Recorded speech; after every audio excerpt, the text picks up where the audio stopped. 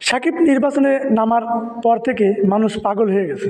বাংলাদেশ ক্রিকেটের অন্যতম তিন ব্যক্তি এবার আছেন জাতীয় নির্বাচনের দৌড়ে।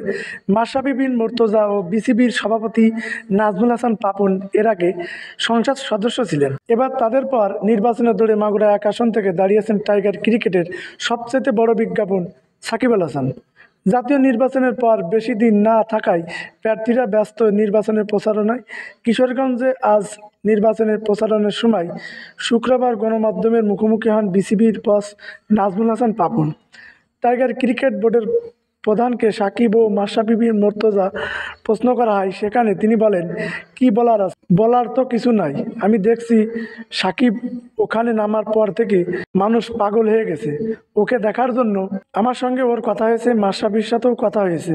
আমার ধারণা মানুষ ওকে সবাই ভোট দিবে, সাকিবকে সবাই ভোট দিবে দাবি করে পাপন বলেন, শোনেন, সাকিব তো আলাদা একটা প্লাট পয়েন্ট আছে, আপনাকে মনে রাখতে হবে।